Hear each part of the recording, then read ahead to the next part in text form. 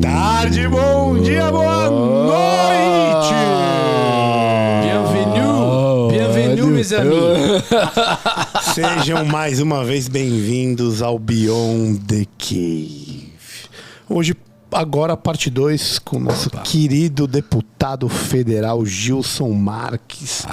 Do Novo de Santa Catarina. Quem não pegou a bio dele, vai lá pra parte 1 que tá tudo direitinho, certinho. Falamos de empreendedor, advogado, MBA, FGV. A resposta. Volta lá que vocês vão saber direitinho. A quem resposta é no Brasil. Tá enfronhado numas tretas grandes lá na Câmara, né? Quais são as comissões que ele o cara gosta de briga, né? CCJ. CCJ, alguém já ouviu falar? E Comissão de Defesa do Consumidor. É isso aí. E muito obrigado novamente, né, meu amigo? Não esquecemos das nossas queridas propagandas, sempre importante. Os nossos patrocinadores, né? @BeyondTheCavePDC. Obrigado pela interação, obrigado pelas perguntas, cada vez melhores. Hoje teremos perguntas dos nossos patrões, certo, Magui? Certo, tem duas aqui separadas já. Esses patrões, eles fazem pergunta por onde, Caio? Bom, Camarão, por onde eles fazem? Pelo Apoia-se. Apoia.se/Beyond. Pelo celular, ele faz pelo celular, escreve no celular. Com os 10 dedinhos. Apoia.se/Beyond. R$20 por mês para fazer parte do nosso grupo no Discord. Conversamos de 1 milhão de assuntos, filosofia, política, economia, tá tudo lá. Tem direito a assistir ao vivo, que é o pessoal que tá lá. Já recebi mensagens aqui que tem o pessoal assistindo ali com a gente. Vocês leram o post que eu coloquei lá outro dia? Que todo mundo é criador de conteúdo? Tô perguntando, você chegou a ver? Eu li. É muito legal e é verdade. E é verdade. Todo mundo é criador de conteúdo. Siga a gente. E aí, além de receber o link, ganha as camisetas maravilhosas de algodão Pima. Faz pergunta pro Gilson aqui, nosso querido deputado e amigo. Estamos no Wikipedia. Então, só entrar no apoia.se/Beyond. Gilson, cara, a gente tava falando aqui agora, né, que como você é um cara que não mudou entrando pra política. Que normalmente a gente vê, já recebeu alguns políticos aqui. Vou te falar que a galera do Novo é bem de boa, na verdade, né? Da grande maioria. Mas tem algumas pessoas que aí você vê que muda o jeito que lida com os outros. Mas você também falou pra gente que as pessoas mudaram com você. Não foi o contrário. Explica aí pra gente, então, isso aí. Ponto. É uma coisa que várias pessoas... Gilson, não mudou. Quando eu fui eleito, não mudei, as pessoas mudaram comigo. Mas por que geralmente as pessoas mudam? Os políticos mudam? Porque você acaba tendo uma série de acessos, privilégios, regalias e posições que as pessoas comuns não têm. Então, é um engravatamento, é um tapete vermelho que qualquer pessoa não tem. Você tem uma terminologia, você tem acesso, você ganha um PIN que te dá, por exemplo, acesso só por ter o PIN em qualquer órgão público sem ser revistado, enfim. O que eu quero dizer é que você passa a estar acostumado com um copo de cristal, com algo parecido com a realeza. Salamalex de todo gênero. Isso, mas Brasília é formatada assim. O Congresso é o maior prédio do plano piloto. Depois dos ministérios, prédio, né? Depois dos ministérios. Nenhum prédio pode ser maior que os ministérios não podem ser maior que o Congresso, não pode ter muro, não pode ter árvore que impeça a visão para dar aquele visão do empoderamento do poder político. Como eu renunciei a essa porcariada toda, então eu não tive acesso a essa regalia, a esse privilégio, a nada disso e continuei vivendo a minha vida comedida como eu sempre tive e sempre gostei. Então eu sequer tive o gosto desse empoderamento. E é isso que transforma a pessoa que algumas dizem que é a mosca azul picou, entendeu? Por quê? Porque ela sentiu o gosto do poder, de uma posição, de um privilégio.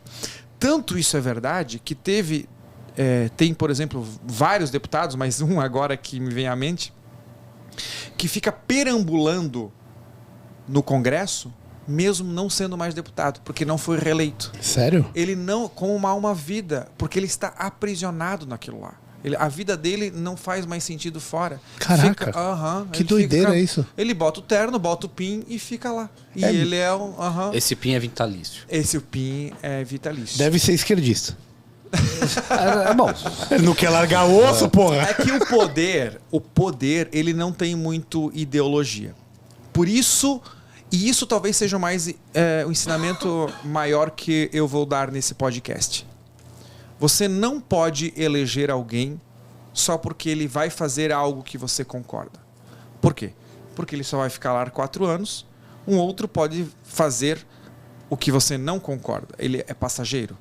O que você tem que eleger é pessoas que não vão fazer, que não tenham o poder, que sejam eleitos para ter o poder, para diminuir o próprio poder, para que eles não façam coisas, para que eles não tenham autorização, para que eles não tenham o poder de fazer coisas.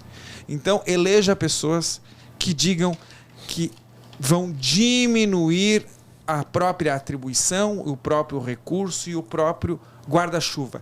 Geralmente é ao contrário. O cara vai dizer assim, eu vou usar o poder, vou aumentar o meu recurso, a minha atribuição para fazer o que você quer. E isso é atraente. E é por ser atraente, encurrala e te escraviza. E é isso que nós temos no Brasil hoje. E como que as pessoas mudaram com você? Assim, diretamente, o que você sentiu ali? Você acha que é mais deferência ou você acha que é mais interesse? Isso, obrigado. Talvez acho que sejam dois comportamentos repulsivos de qualquer maneira, né? De formas de relacionamento, né? O que você acha que mudou no tom ou no convívio com as pessoas? Eu vou contar uma história que é o Bernardinho que conta, mas ela acontece todos os dias comigo e eu consigo fazer essa separação. E ter essa consciência, ela é importante. Tinha um ministro que foi convidado para uma palestra. Ele aceitou. Foi um carro buscar ele no ministério, até no aeroporto. Foi comprada a passagem no horário, com a companhia, na fila 1. Quando chegou no aeroporto, um carro foi buscar ele no aeroporto. Chegou no credenciamento, ele não precisou ir no credenciamento, ele foi numa sala VIP. O ministro pediu uma xícara de café, trouxeram um cappuccino que ele solicitou, numa xícara de porcelana. Ele tomou a xícara de porcelana. No horário, ele foi acompanhado até a palestra, onde tinha todo o equipamento, e ele fez a palestra. Passados 2 ou 3 anos, ele não estava mais no cargo, ele foi convidado novamente para a palestra. E ele aceitou. No entanto, ninguém foi buscar ele no ministério. Ele pegou o voo. Ninguém foi buscar ele no aeroporto. Ele chegou, teve que enfrentar a fila do credenciamento. Quando ele pegou o credenciamento, perguntou aonde ele iria. Mandaram ele para a sala comum, onde todas as pessoas estavam. E ele solicitou um café para a pessoa que estava perto. E a pessoa disse assim, é ali, você pode ir lá pegar o seu café. Então ele foi lá e pegou o café num copo de plástico. O que eu quero dizer é que o que a maioria dos políticos não entendem é de que as pessoas os tratam diferente não pelaquilo que eles são, mas por aquilo que eles estão fazendo por um curtíssimo período de tempo na vida. E é por isso que eles querem elastecer esse pequeno período para o máximo tempo possível. E isso, de uma forma gananciosa, que faz parte do ser humano, tem todos os incentivos para que ele faça por mais tempo possível, e a maioria deles faz do possível o impossível, do moral o imoral para conquistar. Sobretudo os incompetentes. Sobretudo. É por que isso jamais conseguiriam tá isso nessa posição de uma forma privada. Tem um respeito. Na iniciativa privada. Para tu ter ideia, 96% dos parlamentares têm declaração do imposto de renda em acréscimo quando sai do mandato. Tem um acréscimo de renda, entendeu? É por isso que que o político, no Brasil pelo menos, ele tem uma alta preferência temporal, né, cara? Nas políticas públicas. Porque é isso, ele só pensa em ser reeleito daqui 4 anos para conseguir continuar. E aí você discute o mérito, né? Se é 4, se é 8, se é 5, se é 6, mas o incentivo tá errado. Né? O incentivo tá errado. São vários incentivos, né? Justo que estava falando político, ele falou que está lá, e a gente estava falando um pouquinho do Planalto. E é engraçado o quanto Brasília é a Versalhes brasileira, né? Porque existe nessa ideia de centralização, você distancia o político na ideia de fazer decisões, torná-las públicas. Não tem muvuca lá na frente, né? É Versalhes, igualzinho Versalhes. E para quem já foi, de trem é 40 minutos de Paris de trem. Então era o suficiente para todo mundo ficar numa boa lá. Faz sentido isso, Gilson? Cara, é um acumulado e uma sequência de erros e absurdos. Uma das coisas, por exemplo, é de que Brasília tem, por exemplo, a maior renda per capita. Eu ia falar isso. R$2.400. E não produz Estados. nada. Segundo é São Não, Paulo. E não primeiro produz é nada. Nenhum prego. Nenhum prego. Tudo que não é serviço público é para atender o serviço público. Isso, não produz Arquitetura, nada. restaurante, táxi e tal. Ok.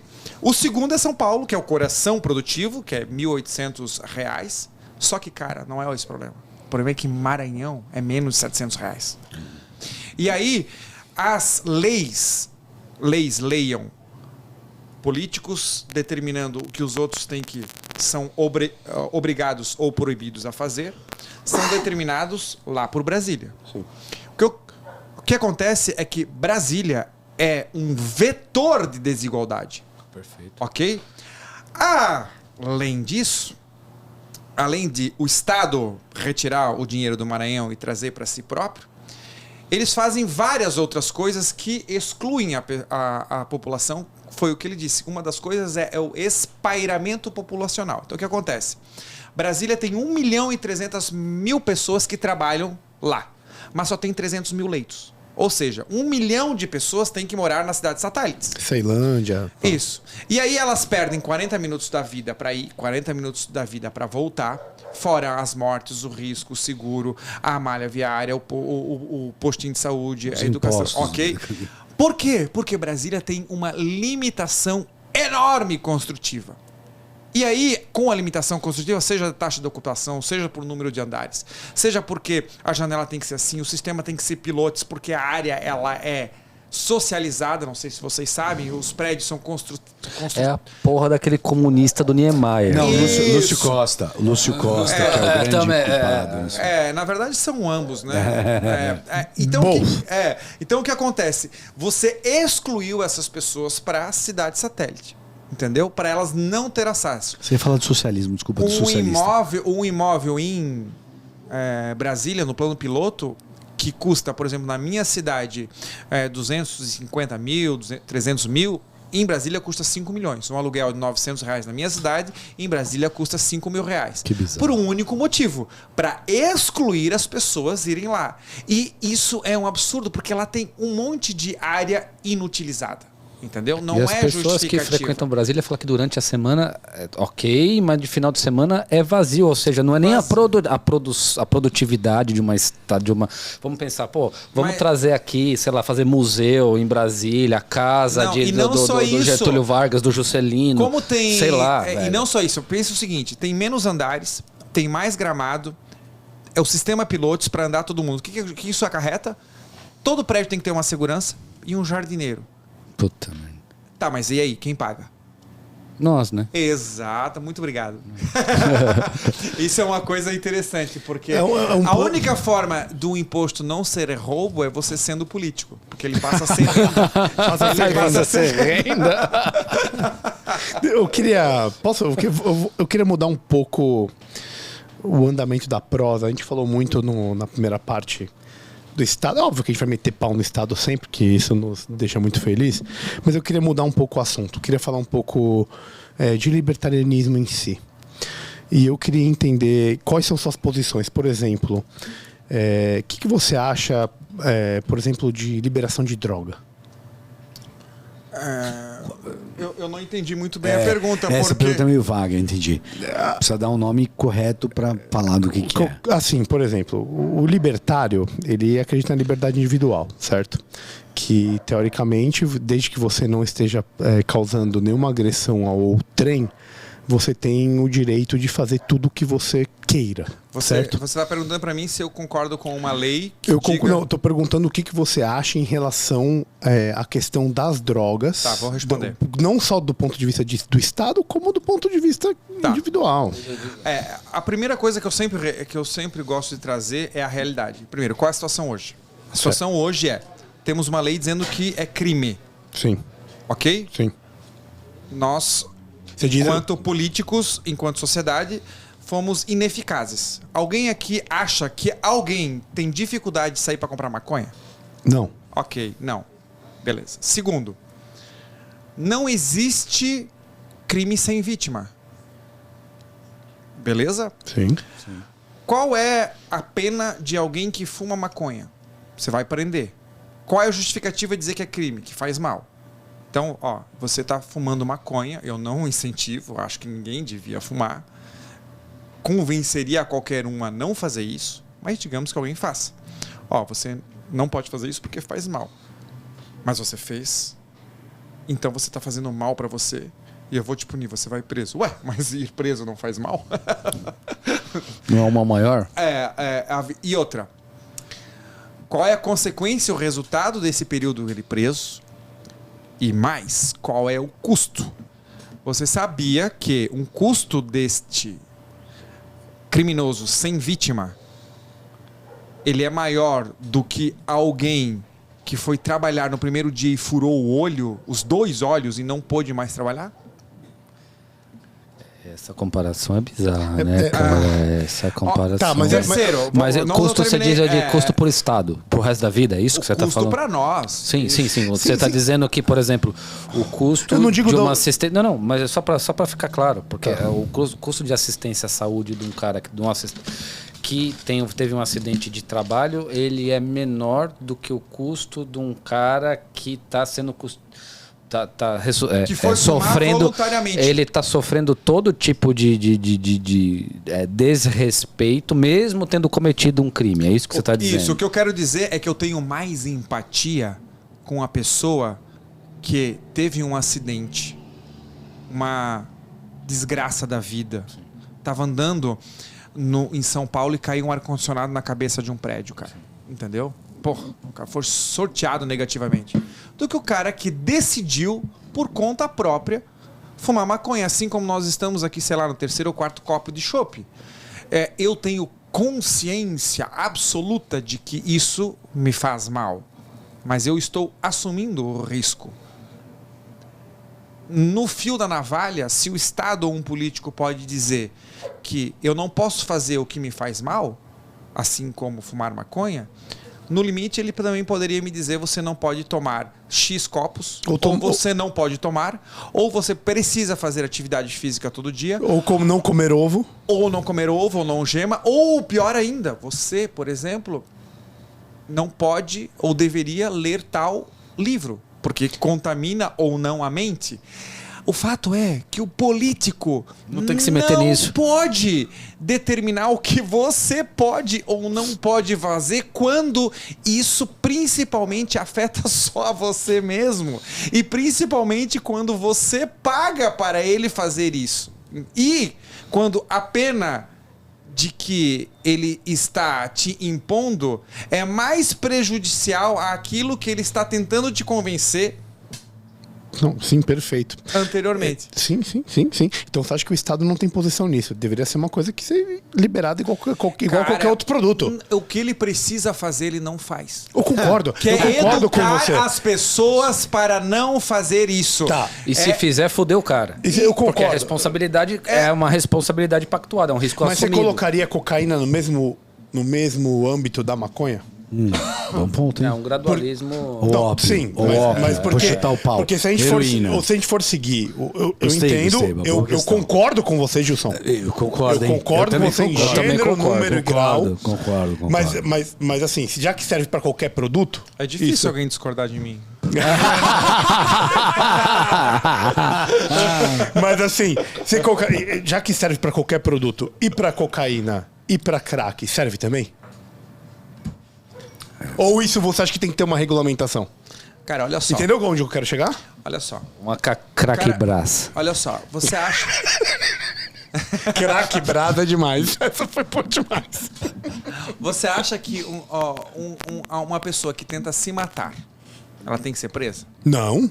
Ah, é? Óbvio que não. Mas A não ser que ela se mate matando o outro. Se ela tá cheirando crack, não sei se crack se cheira ou se fuma, ela tá tentando se matar no médio e longo prazo. Sim. Tá, mas então eu não entendi a tua premissa anterior. Não, minha pergunta... É a mesma coisa. Então, pra você... Não, mas essa é a minha pergunta. Se pra você é a mesma coisa. Claro. Se pra vocês funciona igual... O método que a pessoa... Pro chopp, É que tem uma outra questão envolvida. O método que a pessoa vai utilizar pra se matar não é importante. Entendeu? O problema Depende. é quando... É porque tem o potencial aditivo. O problema é quando alguém te convence a fazer isso e tem vantagem para... Só que aí é uma outra coisa. Aí ele estaria, analogamente, cometendo um homicídio. Entendeu? Ah, sim. Porque tá Mas quando ajudando você voluntariamente decide te atirar na cabeça, botar o teu carro a 300 km no barranco, ou fumar... enlouquecidamente qualquer tipo de produto, cada um com seus problemas. cada um com seus problemas. Aí esse cara chega no hospital público da Quebrada. Ele deve ser tratado ou não?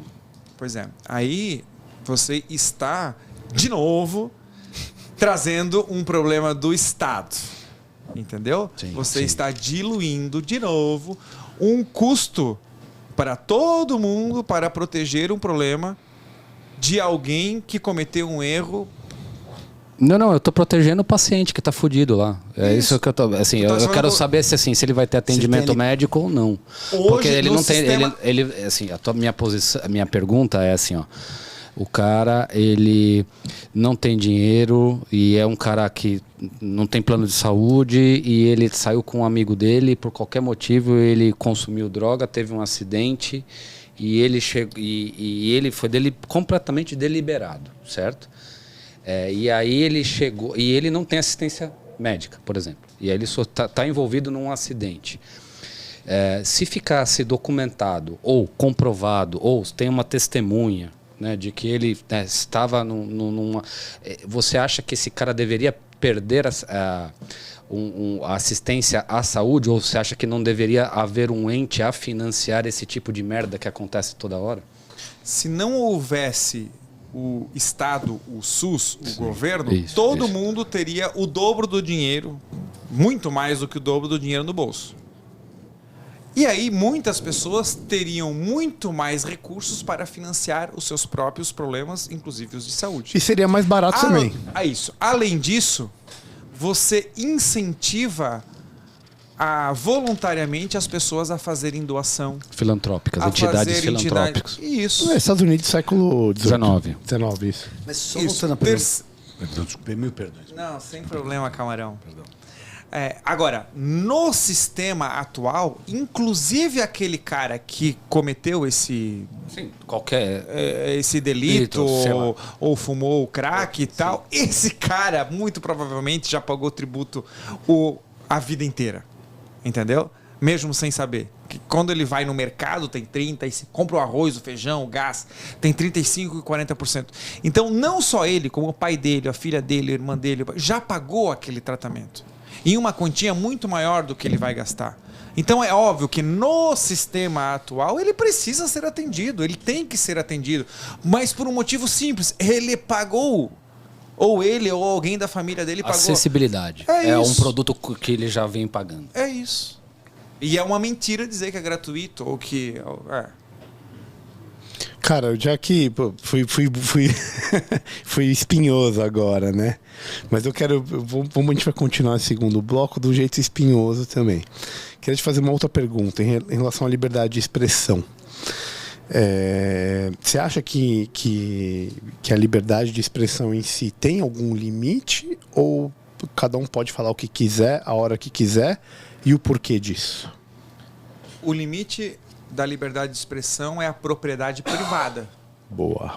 Ou seja, na minha casa é proibido falar blá.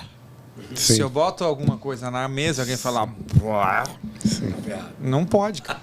Não pode entrar sem camisa. Isso aí. Não pode falar palavrão, a menos que eu autorize ou seja meu amigo. Enfim, a propriedade privada é o limite. Eu não posso entrar no avião e gritar bomba. Ou no cinema fogo. Ou no cinema. Eu estou infringindo, incomodando e causando transtorno para aquela pessoa que é proprietária daquele bem. Então, quando se fala em liberdade de expressão, eu preciso saber exatamente quem é o dono daquele lugar. Quem está administrando aquele lugar.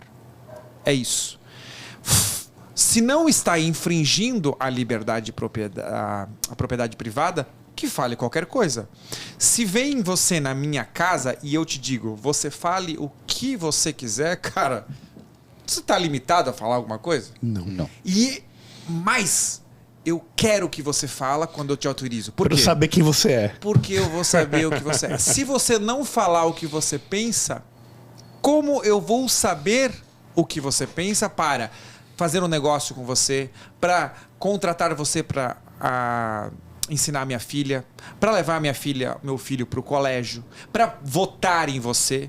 A partir do momento que eu te cercio e você esconde, bota uma carapuça e digo, não, você não pode dizer que eu sou nazista. Não, mas eu sou nazista. Tem um diabinho aqui. Não, mas você não fala. Não, mas eu sou. Mas, cara, eu não pude falar. Aí eu vou votar no cara.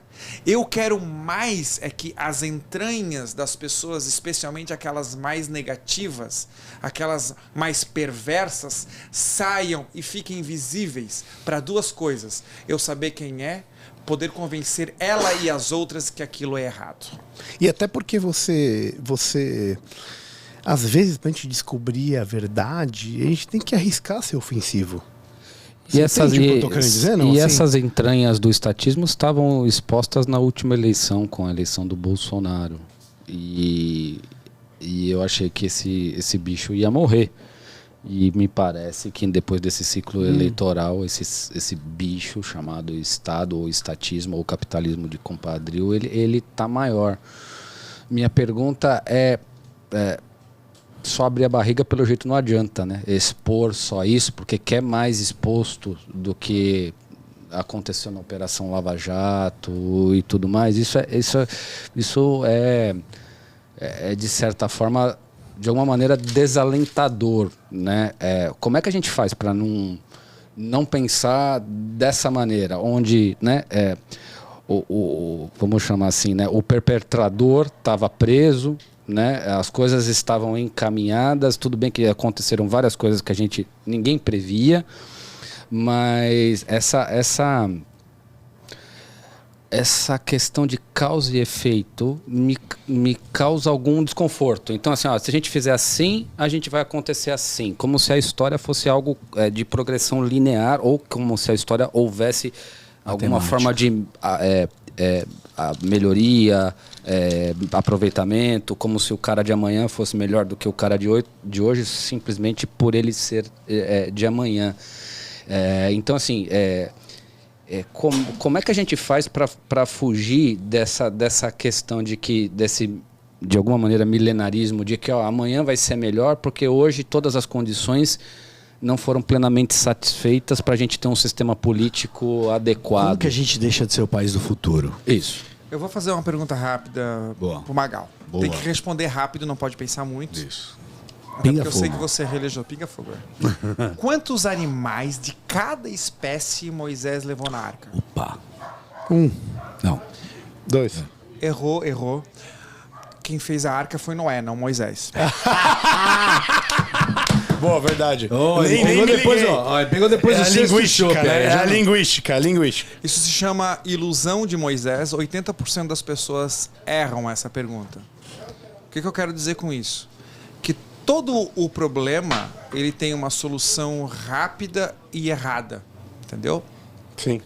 Então, nós estamos propensos a emocionalmente tomar uma decisão ou dar uma resposta para aquilo que é mais fácil, palatável, para economizar um pensamento ou uma evolução ou alguma coisa mais elaborada. Isso se chama sistema 1 e sistema 2. É muito difícil para quem toma a decisão, como foi para você, apesar de você saber a resposta correta. Quanto mais para todas as outras pessoas que vão te ouvir ou te escolheram para tomar essa decisão. Sim. Então, o que acontece? Teve um projeto para colocar a obrigação de ter braille nas caixinhas de medicamento, para dar acessibilidade para quem é deficiente visual. Um projeto bom, certo? É péssimo o projeto. Péssimo. Sistema O que 1, vai fazer os caras fazer isso pra todas as caixinhas de medicamento? 220 milhões Vai de pessoas. encarecer o medicamento pro Temos cara no 500 final. mil cegos, 10% lê em braille. 50 mil pessoas, eu não sei quantos vão precisar de documentos, não sei, do medicamento, não sei quantos vão querer ler em braille. Eu não sei ler, não leio a bula. E não vão ter ninguém para ler para ele. Não, ou pra e ter nós estamos em acessibilidade. 2022. Basta botar um QR Code. Exatamente. Tem audiobook. Sistema 2. Então, como a gente foge desse absurdo? É que as pessoas entendam de que para fazer uma operação de uma máquina, um sistema, uma operação mecânica, você passa por um treinamento. Você tem um encarregado que te ensina. Você faz um curso. Mas que caralho, para ser senador da República basta fazer nó de gravata? Para administrar um orçamento de 1 trilhão e 800 bilhões de reais? O que a gente precisa fazer é que as pessoas compreendam a própria ignorância. E para saber que é ignorante, precisa ter uma base de certo conhecimento. Já dizia Sócrates. Só E sei que Kahneman. nada sei. Não, e Kahneman, que ele tá falando Quanto ali mais do sistema eu sei, 1, sistema 2, né? sim, Então, Kahneman. assim... Mas é Eu isso fui mesmo. muito longe. Não, perfeito. Mas é o que eu já dizia. Não, mas é que eu só acho que isso é um tanto tópico para uma população que tem que o QI médio, o QI médio caiu nas últimas décadas, que não tem acesso a bosta nenhuma, que não tem justiça social, no sentido de veja, não é, pelo amor de Deus, cara, quando eu estou dizendo de justiça social é cumprimento de contratos, são essas coisas que a Constituição já garante pro cara. Então isso é muito rebuscado. Eu tô comprado no minuto zero, mas só para polemizar, já que o próprio Regine falou que ia ser espinhoso, achei engraçado porque quando você falou fazer essa lei, em princípio pareceu algo bom. E aí você falou... Errou! Mas deixa eu só complementar para você entender o que eu estou querendo dizer. Eu pensaria numa lei dessa pensando em estímulo para isso. No sentido, quem fizer isso paga menos imposto. Existe lei para fazer isso. O problema é o jeito que a gente faz a lei. A gente faz e a sua crítica, a meu ver, é muito bem-vinda. A gente faz de cima para baixo e fala assim, agora muda a sua cadeia produtiva. Ou se caso você que se vire. O que é horroroso. Eu sou empreendedor, eu sei muito bem o que você está querendo dizer. O Estado bate a marreta e fala assim, você cumpra. Seria diferente eu fazer a mesma lei e falar assim, quem fizer isso paga menos imposto. Puta Incentivo. lei fantástica. Eu não é o porrete, é a cenoura. Eu só estou querendo dizer o quanto que o Estado, e eu concordo, porque o nosso Estado só faz no porrete, bicho. E é esse o problema, não tem cenoura aqui. Porque a cenoura seria ser o que você faz muito bem. Vamos tirar. E eu adoro essa interpretação libertária. Isso me cala muito fundo. Cala nós três muito fundo, né? Essa interpretação, você fala assim, você tirando, você consegue orientar como tirar. Acho lindo isso. O problema é que não é assim, né? Por isso que a gente precisa de pessoas que possam tirar. E para curiosidade, eu faço parte da Comissão de Defesa do Consumidor. O que é essa comissão? Ela tende a presumir que as pessoas são ignorantes, incapazes, elas são mais fracas na relação, assim como o trabalhador. É uma presunção. Você é mais fraco ou mais ignorante, assim como o trabalhador. Então tem uma lei protetiva. Tanto é que naquela legislação, aquele artigo, se ele tiver uma interpretação dúbia, vale a interpretação mais favorável ao consumidor ou ao trabalhador. Ok. E na Comissão de Defesa do Consumidor, a ideia é favorecer por diversos tipos de leis e normas o consumidor. Porém, o que passa às cegas dos políticos é que tudo que faz bem de uma forma ilusionista ao consumidor agrega o custo. Sim. Por exemplo, projeto. Exato. Por exemplo, existe um projeto lá, por exemplo, vamos colocar a quantidade de calorias em cada prato. Obriga a colocar a quantidade, o peso em cada prato. Tem que ter um nutricionista. Obrigar o vendedor do sapato a vender só um pé. Entendeu? Obrigar o cinema a aceitar o cara trazer pipoca de casa. Você acha que tem método nisso? Puta que pariu. Você acha que sim? Você acha que sim? Rio de Janeiro. Você acha Rio de que o cara, Janeiro. tipo, não é Rio só. de Você Janeiro. acha que tem método? O cara faz isso pra condomínios. criar dificuldade pra poder permanecer. Você acha que, tipo, essa é a forma da atuação política? Não, existem dois tipos de políticos. O primeiro, que verdadeiramente acredita que aquilo faz bem, que é um ignorante e bem intencionado. Nécio. Cara, tem pastor lá. Isso. Tem ideia assim, vamos votar em um pastor e um padre porque ele é honesto, gente boa. Não adianta porra nenhuma. Porque se ele tiver um AVC aqui, eu sou gente boa, honesto. Se eu botar a mão, eu vou matar o cara. Por que na política é diferente, entendeu? Perfeito. Então tem o político que é bem intencionado, mas não adianta bosta nenhuma. Sim. E tem o político bom pro lado errado. Por exemplo, Maria do Rosário, Rodrigo Maia é um bom político, cara, é um ótimo. Usa o tempo do início ao fim, é educado, sabe o regimento de cor. Ótimo do As ideias bandido. estão cagadas. O Darth Vader Ótimo do bandido. O Darth Vader é um ótimo Jedi. Puta que pariu esse cara aí. Anakin, é isso mesmo, cara, é isso aí. Lutero. Aquele Jedi que traria equilíbrio à força. Você tem toda a razão. Ele era pra ser o Jedi. O Lutero estava certo, corretíssimo na crítica dele à igreja Cara, eu ia na católica, mas a proposta dele é que foi cagada. Eu ia na casa do Rodrigo Maia fazer reunião sobre uma pauta que eu não concordava.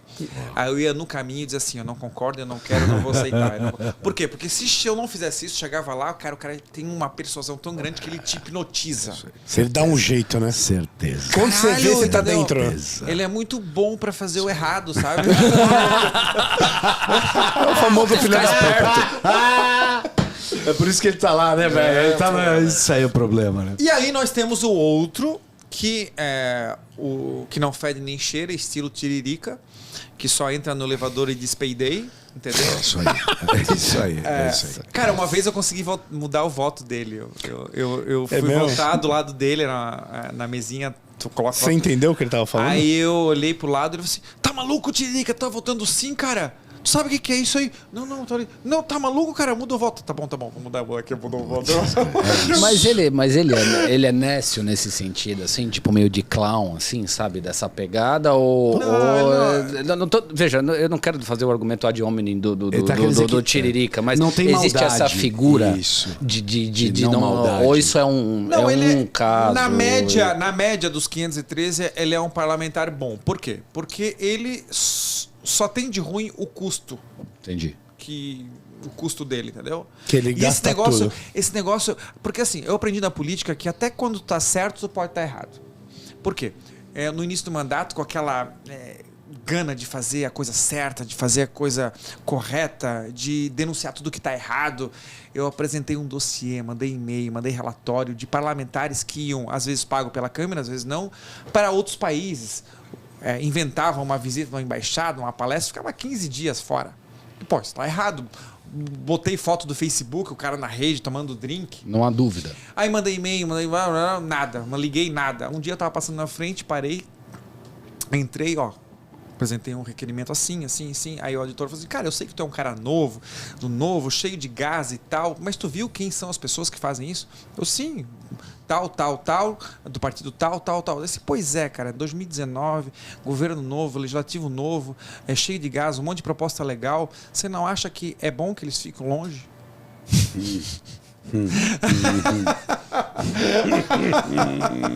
É daqui que eu vou rasgar esse nome. Galera, eu acho que esse é um jeito perfeito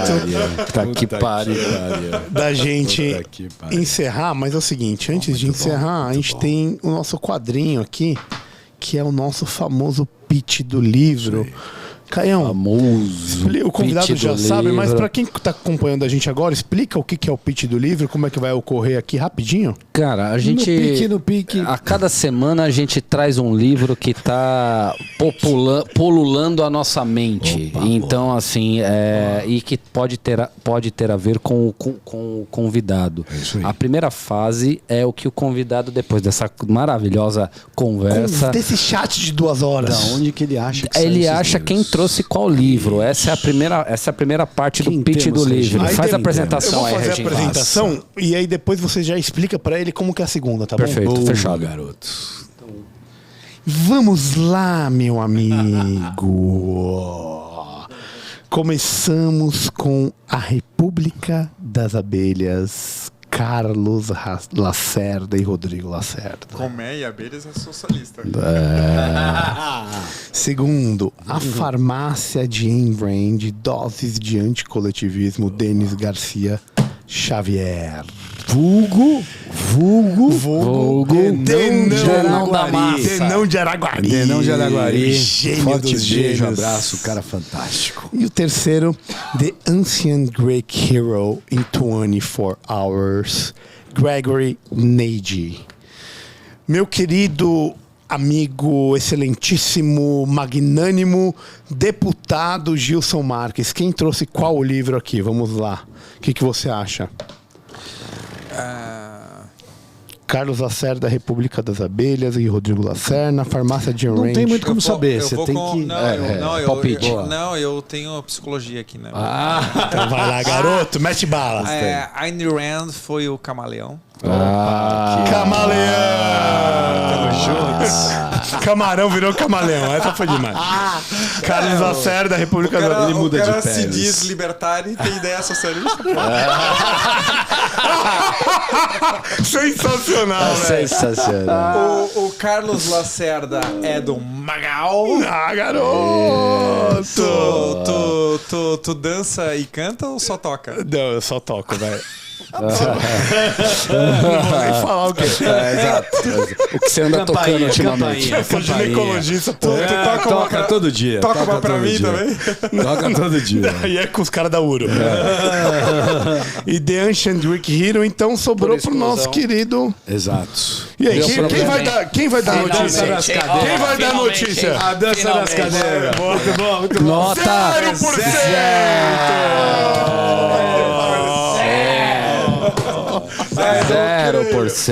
Vocês são em 3 só pra dificultar, né?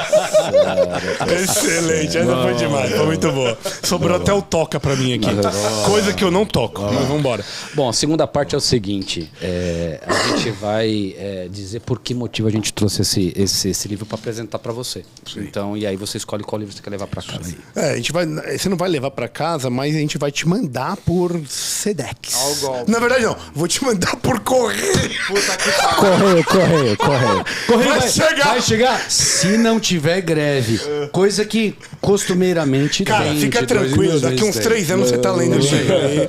Tá sussa, vai ser bom passar por. Pra quando você isso for aí. sair pro centro. É isso aí. Não tem versão e-book? Camara, por favor. For pro Sedex, manda em braille.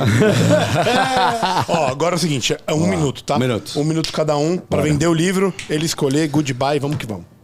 O herói antigo o herói grego da antiguidade. Tem muita coisa que eu queria falar desse livro. O livro é um pouco denso, tem, tipo quase 1.200 páginas. Não, 600 páginas. And in English, hein? And in English. Mas só para pegar o introito, já pegando a palavra do Reginho, para pegar o introito, ele começa abrindo uma forma muito legal de olhar o herói grego. E ele fala, o herói grego era herói porque os deuses que olhavam esse herói falavam assim, esse herói é mortal. Os deuses gregos são imortais. E eles ficavam maravilhados na capacidade humana de correr riscos de morrer. E é por isso que ele era herói. Ele corria um risco fodido de morte. E eles ficavam maravilhados de como é que aquele homem, ou mulher, enfim, mas homem naquela época, podia incorrer num risco de morte de forma destemida e verdadeira. É só assim que eles se tornavam herói. E ele morria no propósito, ou logo após o propósito. Então a ideia era que o heroísmo de verdade para os deuses que estava em olhar para aquele mortal que corria risco. E o mortal que corre risco é o mortal que empreende, né? É muita ideia desse empreendedor, do homem que está tomando risco, seja na vida pública ou na vida privada. Então por isso que eu me inspirei para trazer essa ideia de herói grego. Genial. Puta, que livro. Muito bom. Sensacional. Só que 600 páginas em inglês vai ser foda. Jesus. Vai ser foda. Quer que eu vá ou você? Vai você. Tipo, vai você. tá bom, mas compra o meu. Ele é muito subliminar. Ele é subliminar. Você falou hipnose agora há pouco. Ajuda o pai, tio. Ajuda o pai. Eu aprendi com o Rodrigo Maia. Vamos lá. Seguinte, cara. O que eu trouxe aqui? Trouxe um livro de 200 páginas, não de 600 páginas, começa por aí. E trouxe um livro em português e não em inglês. Então já vamos começar por aí. Por que eu trouxe isso aqui? A Farmácia de Ayn Rand, Doses de Anticoletivismo, do nosso querido e amado professor Denis Garcia Xavier. Porque para mim a gente tem que discutir a vida não em direita e esquerda, em coletivistas e individualistas. Então acho que esse tipo de visão é uma visão muito mais pragmática e muito mais realista do que acontece no dia a dia. Esse livro, ele oferece em doses calibradas de substâncias específicas que juntas vão tratar esse coletivismo. Então ele começa contando como que começa a filosofia, quais que são as bases, os elementos fundamentais da filosofia. Então ele toca muito na liberdade, na razão e no pragmatismo como sendo fundamentais para o indivíduo conseguir chegar ao objetivismo, essa ética completamente individualista e o egoísmo racional, que seriam as bases dessa briga contra as ideias coletivistas pós-modernas, que é tudo que a gente combate aqui no nosso dia a dia. Então, cara, esse cara é sensacional. Esse livro é rápido, lindo, fácil de ser lido e, cara, tem que estar na tua estante, não tenho a menor dúvida. Tá aqui meu pitch, vai lá, Caião. Não tenho a menor dúvida que deve estar, mas esse aqui também deve estar antes do Denão da Massa. A priori. Então, assim, Carlos Lacerda, um dos maiores políticos brasileiros. Esse livro trata-se de um romance histórico escrito pelo seu neto, né, que também é historiador e doutor em história pela USP. E isso se trata de um romance histórico que reconstitui um pouco da importância histórica do Carlos Lacerda. Então ele começa numa pegada muito Memórias Póstumas de Brás Cubas. O Carlos Lacerda, nesse romance, ele está morto. Ele é um escritor póstumo e ele começa desde do velório dele a comentar as pessoas que estão frequentando o velório. E isso desenrola para toda a atuação política que ele teve. E para quem não conhece Carlos Lacerda, é melhor ainda porque aprende do jeito certo. Né? Quem tem preconceito ou quem conhece Carlos Lacerda como antagonista do getulismo deveria ler esse livro. Então, ele era um cara que foi escritor, que ele foi polemista, tinha um jornal, preservava a sua liberdade e foi governador da Guanabara, exerceu atuação política e estava cagando para a política. Né? Então, assim, esse é o meu pitch. E a bala que penetrou o coração de Getúlio. A briga começou aqui. Ele conta. O atentado que ele descreve aqui como uma das formas mais expressivas. Eu queria só, do ponto de vista de medicina legal, normalmente os homens se matam com tiro ou na boca ou na têmpora. Getúlio colocou contra o peito. É muito engraçado ele ter dado um tiro no coração. É como se ele tivesse sofrido um golpe no coração que precisava ser morto assim. E esse existe uma discussão se foi suicídio ou não, né? Sim. Pois é, porque, de novo, é comum ou ele pegar aqui ou ele pegar aqui. Ninguém pensa em fazer contra o próprio peito, mesmo porque você quer acabar rápido, você quer matar o cérebro, né, antes de matar só o coração. Mostra que era uma dor muito mais no âmago, né? E você escolheria o livro dele, é isso? Eu já tô, é difícil ele fazer um pitch. Calma aí. Vamos deixar o negócio justo. Ele escolheria o dele, o Caio o meu e eu o dele. E aí a gente continua igual, ele tá equilibrado. Deputado. Depois como vota, deputado? Como vota, deputado? Qual que você vota, meu amigo? Vou fazer um retirar de pauta. Cara, a Ayn Rand, eu já li esse livro. Inclusive, eu ajudei a distribuir esse livro. Eu entreguei para o Patrus Ananis, que é um deputado do PT, e ele pegou o livro e falou: eu precisava de um livro de doses de coletivismo, não de anticoletivismo. Mas enfim, eu entreguei ele, fiz dedicatório e tudo. E fiquei na dúvida entre os outros dois. Legal, obrigado. Mas, porém, contudo, entretanto, eu vou ficar com o herói grego. Sinta-se à vontade. Apesar que o meu inglês ele é falho, mas na leitura ninguém sabe. Então, precisa. muito obrigado. Despertou minha curiosidade demais aqui. Gostei. Obrigado. Muito bom. Irado. Cara, deputado. Deputado não, Gilson.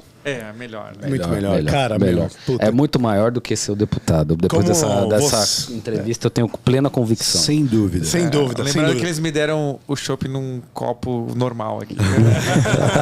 Cara, obrigado por ter vindo aí, obviamente, né? Sem palavras. Mas obrigado por tudo, cara. Poxa, veio de Santa Catarina, falei com você em 1 minuto, uma pessoa extremamente simples. Sem dúvida. A gente sabe que muito bem intencionada, com Isso aí. características que, chamam muito a atenção de todo mundo, combativo.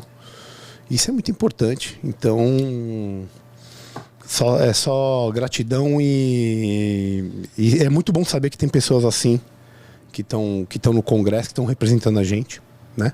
Eu queria muito que tivesse um libertário aqui em São Paulo para poder votar, mas não tem. Mas tudo bem, a gente vai achar entre os outros. E, cara, muito obrigado, velho. Não tem nada mais do que eu posso te falar do que isso. Continue, né? Não sei o que você vai fazer no teu futuro político próximo aí, se você vai continuar tentar sair como deputado ou senador, tudo, mas isso é uma questão que também é sua. E eu me sinto muito representado aí por você, apesar de você não ser do estado de São Paulo. Então, sensacional, cara. Muito, muito, muito, muito obrigado mesmo. Foi muito legal a nossa conversa. Depois dessa conversa, lembro o Rodrigo Lacerda, próprio neto do Carlos Lacerda, definindo o avô, dizia que o avô era o cara que se recusava a ser meia boca no país que é meia boca. Caraca, né? Posso trocar o livro agora? Então assim, me remeteu muito, e esse foi o motivo pelo qual eu trouxe esse livro aqui, e de fato as suas falas nesses 2 episódios me fizeram ter mais certeza de que este ideal ele é possível. Então você, o fato da sua acessibilidade, a forma da tua comunicação, a forma da sua assertividade, a forma da tua sinceridade e da tua polidez, eu acho que te capacitam para ser você tem todas as ferramentas, tem alvará para ser um puta político com P maiúsculo, né, isso já a gente já tem demonstrações. Eu só posso desejar a vida longa, né? Eu sei que a gente não pode ter essas pretensões com pessoas que têm aspiração política, mas que você continue exercendo a política dessa maneira completamente honesta e verdadeira. Então, eu só posso agradecer a tua visita e a tua disponibilidade. Obrigado mesmo. Long live Gilson, é isso que fala no ditado. Eu queria te dizer, Gilson, que assim, a gente é muito colado nos clássicos, né? Tá aqui Sócrates para dizer. Faltou a espada. Faltou a espada, mas enfim. Democratia, o poder do povo, demos kratos, era uma ideia de que as pessoas se representavam diretamente. A gente nunca mais teve isso. Era democracia direta. Não existia representante. Atenas tinha, quando muito, 100.500 homens disponíveis. Então era uma democracia direta, ninguém tinha que eleger um representante. Então existe um questionamento da democracia moderna, que é a democracia representativa, ao contrário da democracia direta. E a democracia representativa apresenta alguns problemas, que é quem vai te representar. E aí, nesse sentido, eu te falo, Gilson, você nos representa. Muito obrigado. Muito obrigado. Deixa eu fazer uma revelação aqui. Aê, garoto! Aê, gostei. A ideia de que a política seria necessária é de que deveria existir, entre aspas, uma distribuição de riqueza. Mas, no fundo, distribuição de riqueza importa necessariamente você retirar à força algo de alguém e entregar para outro. Isso, no mínimo, é imoral, porque ninguém tem culhões de fazer isso pessoalmente.